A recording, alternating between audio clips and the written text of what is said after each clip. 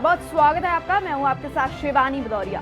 एक पाकिस्तानी महिला और एक हिंदुस्तानी लड़का जो ऑनलाइन गेम खेलते हुए मिले और एक दूसरे को दिल दे बैठे। प्यार हुआ, इजहार हुआ और फिर महिला अपना मुल्क छोड़कर 2 देशों को पार कर अपने प्रेमी से मिलने पहुंच गई। महिला ने धर्म बदला, अपने बच्चों को साथ लाई, अब वापस अपने मुल्क नहीं जाना चाहती है। ये कोई फिल्मी स्क्रिप्ट नहीं है, ये रियलिटी है जिस पर इस वक्त हिंदुस्तान और पाकिस्तान में बवाल मचा है। पाकिस्तान के कराची शहर की रहने वाली 30 वर्षीय सीमा हैदर अपने 4 बच्चों के साथ नोएडा आ गई है। नोएडा के 22 वर्षीय सचिन मीना, जिनसे उनकी मुलाकात ऑनलाइन गेम के दौरान हुई, अब वो अपना पति मान चुकी है। उनको हमेशा भारत में ही रहने की कसमें खा रही हैं। सीमा हैदर की इस लव स्टोरी के कई एंगल हैं। इसे सिर्फ प्रेम कहानी भी कहा जा रहा है, लेकिन जासूसी की शंका भी पैदा हो रही है। सीमा हैदर और सचिन मीना की पूरी क्या कहानी है, आखिर ये रिश्ता कैसे पनपा, इसकी पूरी कहानी आपको बताते हैं डिटेल में। इस कहानी की शुरुआत साल 2019 से 2020 में होती है, जब दुनिया कोरोना की चपेट में आ रही थी। इस बीच लोगों का ऑनलाइन रहना अधिक होता था। सीमा और सचिन मीना लॉकडाउन के दौरान पबजी पर गेम खेलते हुए मिले थे। शुरुआत गेम खेलने से हुई और बाद दिल मिलने तक चली गई। पुलिस के साथ हुई पूछताछ में सीमा हैदर ने सारी बातें बताई। सीमा के मुताबिक पबजी खेलते वक्त ही उनकी सचिन मीना से बातचीत शुरू हुई। ये वही वक्त था जब सीमा के शौहर गुलाम हैदर सऊदी अरब में काम की वजह से रह रहे थे। दोनों के बीच अनबन थी। इस दौरान सीमा और सचिन बातचीत के जरिए करीब आने लगे। गेम से बातचीत पर पहुंची इस कहानी में प्रेम का एंगल आया।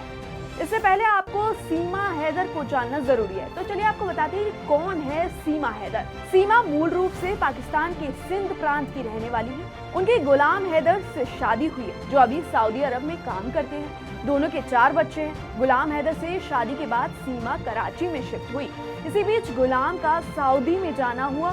पिछले कुछ साल से लगातार वहीं रह रहा है। जो शादी को गुलाम हैदर लव मैरिज बता रहे हैं, उसे सीमा एक जबरन निकाह बताती हैं। साल 2019 के बाद से ही सीमा अपने शौहर से अलग रह रही थी। उनके बच्चे उनके साथ थे। 2019 के बाद से ही सीमा और सचिन के बीच करीबी बढ़ी थी। जब सीमा और सचिन की पबजी खेलने के दौरान बातचीत बढ़ी, तो उन्होंने व्हाट्सएप और इंस्टाग्राम पर एक दूसरे से बातचीत करना शुरू कर दिया और ये सिलसिला पूरे कोरोना काल में चला।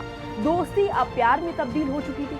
इंतजार था तो सिर्फ एक दूसरे से मिलने का। साल 2023 में आते आते दोनों ने तय किया कि अब वो ज्यादा दिन तक अलग नहीं रह सकते। सीमा हैदर ने इस दौरान बार बार भारत का वीजा अप्लाई किया, क्योंकि वो सचिन से मिलना चाहती थी। हर बार ये वीजा की अपील खारिज होती रही।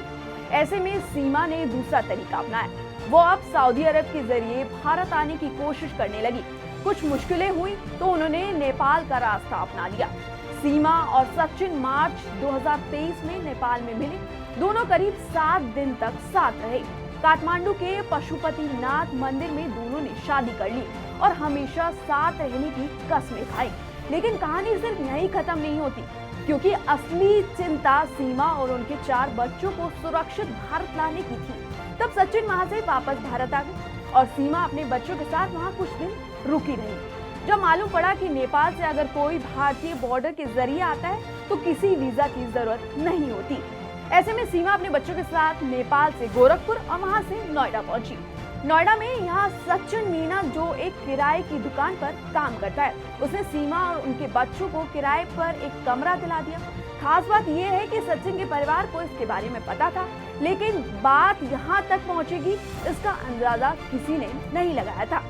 4 जुलाई यानी जब से सीमा हैदर के पाकिस्तानी होने का खुलासा हुआ, तब से लेकर अब तक यही मामला सुर्खियों में छाया हुआ है। हर दिन कई पहलू निकलकर सामने आ रहे हैं, लेकिन तस्वीर साफ नहीं हो रही, क्योंकि अभी ये भी जांच चल रही है कि ये सिर्फ प्रेम कहानी है या सीमा हैदर के पीछे कोई जासूसी का एंगल है।